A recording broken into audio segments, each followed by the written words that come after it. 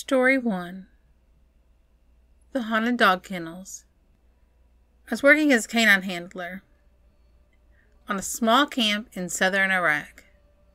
The camp itself was in a fairly desolate place, surrounded by tall concrete blast walls on all sides, with the lookout towers on each corner. The bottom half of the camp would flood during the winter months. Our backyard was littered with wreckage of numerous armored personnel carriers and tanks that was destroyed, presumably back during the First Gulf War. The only permanent structure was a bullet-riddled concrete building that used to be a maintenance shop. Our dog kennels were located in a secluded area behind this building. The kennels themselves were made out of an office trailer, like what you'd see at a regular construction site. It had one main doorway with a large room on the right and another room on the left. A non-working bathroom in the middle that we used as a storage area. Each side of the trailer had 4 kennels that were made from metal bed frames and long lengths of 1-inch square tubing, welded together, making it look something like a jailhouse from an Old West movie. The place was absolutely filthy when we moved in. Another company had originally been there, and they had lost their contract after a series of bad incidents that had left 2 dogs dead.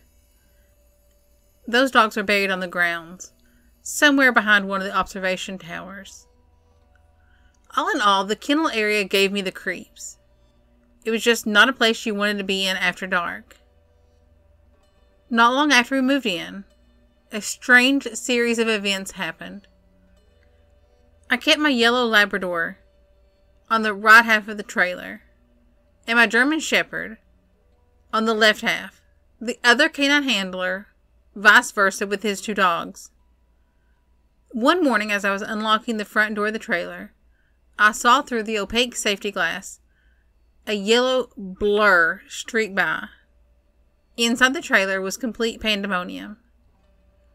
One kennel door had been completely torn off the wall. It was still latched to the kennel, and the kennel was wide open. Water bottles and food were scattered everywhere. There was no time to clean up, so me and the other handler just loaded up our dogs and started our shift. Later that day, we cleaned up, and at the end of the day, I secured the lab in his kennel using a heavy chain and combination lock. The next morning floored me. I felt something racing around the trailer as I unlocked the door, and I opened it to a nearly identical scene as the day before. This time the chain and the open combination lock lay on the floor. The yellow lab was free and running around all over the place. The other dogs were crazy in their kennels. Water dishes and food bowls were scattered everywhere. The place was in shambles. I tried for 10 minutes to get the combination lock to open by yanking and pulling on it. No luck. The lock worked as it should. That afternoon, I put the yellow lab away, checked and rechecked the chain and combination lock. It was as secure as it could be. I spun the dial and checked again. Everything was locked tight. Returning later that evening, and it happened again. The yellow lab was running free. The lock and chain were laying on the floor. I couldn't believe my eyes. We had brought the locks with us from the U.S. The other canine handler was the only other person who knew the combination. I had our vehicle that afternoon, so for him to get in the trailer, he would have had to walk several kilometers to the kennel, unlock the outer fence door. I had the only key with me. Walk across the yard, unlock the combination on the outer door, remove the chain, unlock the lab's kennel to set him free. It made no sense. Plus, why would he do this? The dog sure as hell didn't memorize the lock himself. We ended up swapping the dogs around, and that seemed to stop the issue. Until we hired a new handler to fill in so we could take some vacation time. One evening he went into the trailer while I was just outside the door. He came racing back out, literally pale as a ghost, shaking. He said that he'd stepped into the small closet, the old bathroom, to get a bag of dog food.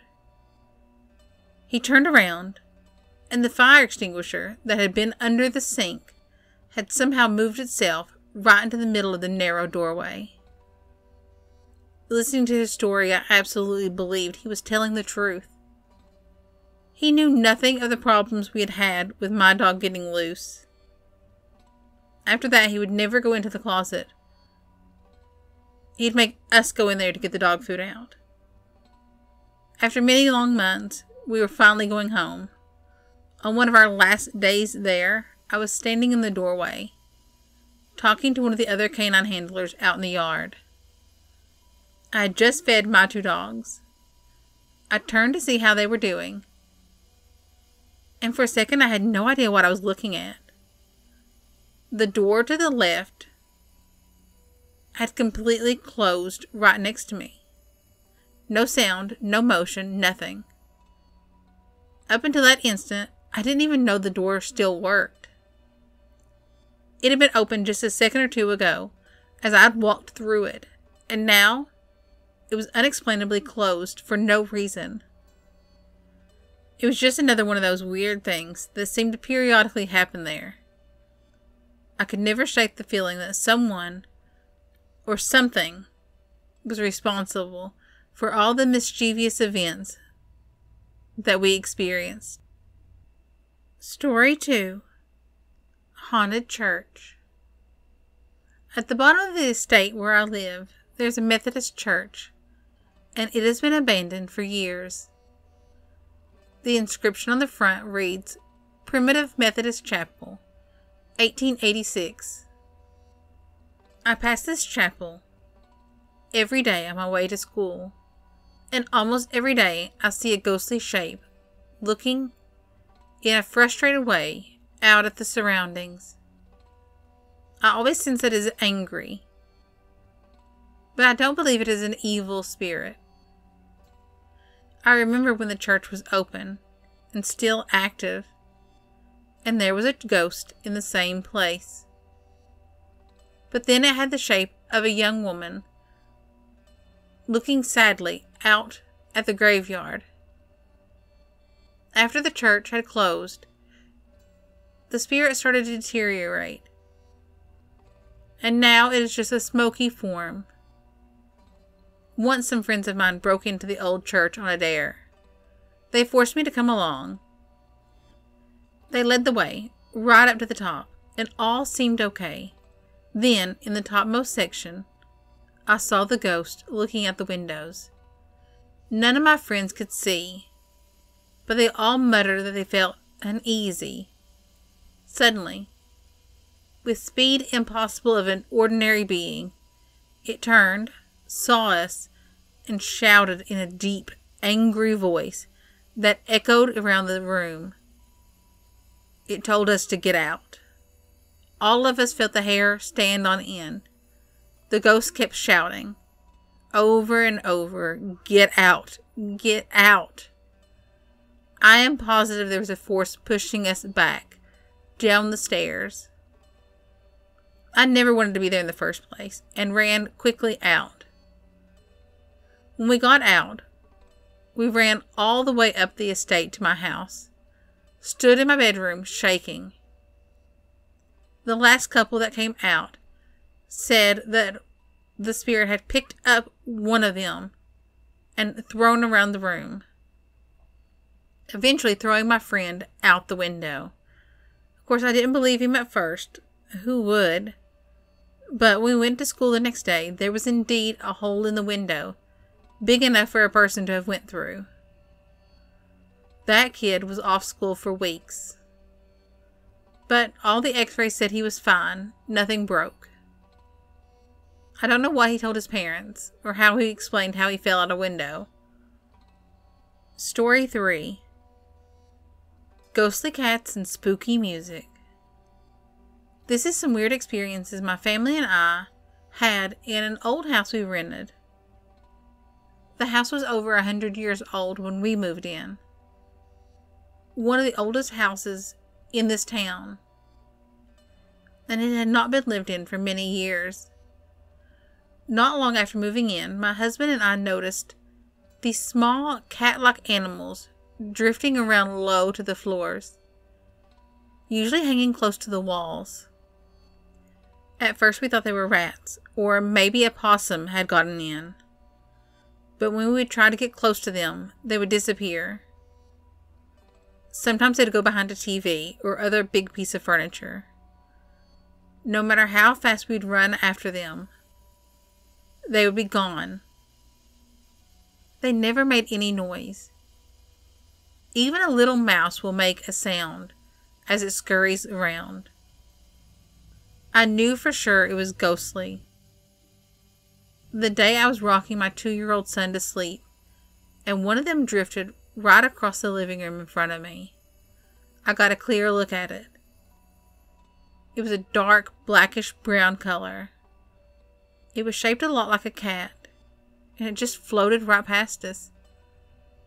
The feet touched the floor, but seemed to skim over it, not making a sound. There was no gait, no body movement, no swish of a tail. My son saw it and yelled, "Doggy!" He called all animals doggies at this age. I knew it wasn't my husband or my imagination. It drifted into the kitchen doorway and vanished before our eyes. We lived there for 4 more years. We saw these things quite often. For the first year or two, our only pet was a large elk-hound mix. Then we added a black cat to our family. She did not look like the cat things that we were always seeing. She was much bigger, and her shiny black fur was nothing like the dull, mottled colors of those things. So there's no way we could have just saw our pets moving and thought it was something else. Another interesting thing about this house is the lower back part of the house was built into the cliff behind it. That's the reason we moved. Water started to trickle down the back part of the living room and the kitchen wall. It got so bad that the floor stayed damp all the time. I've read that there's something about rock and water causing portals and elemental spirits. I don't really know. We moved, and an old man bought the place. I don't know if he saw anything or not. He was reclusive and didn't have anything to do with anybody. The house burned down in the early 2000s. Nothing left of it but the outside storage building. The next place we lived was also kind of spooky.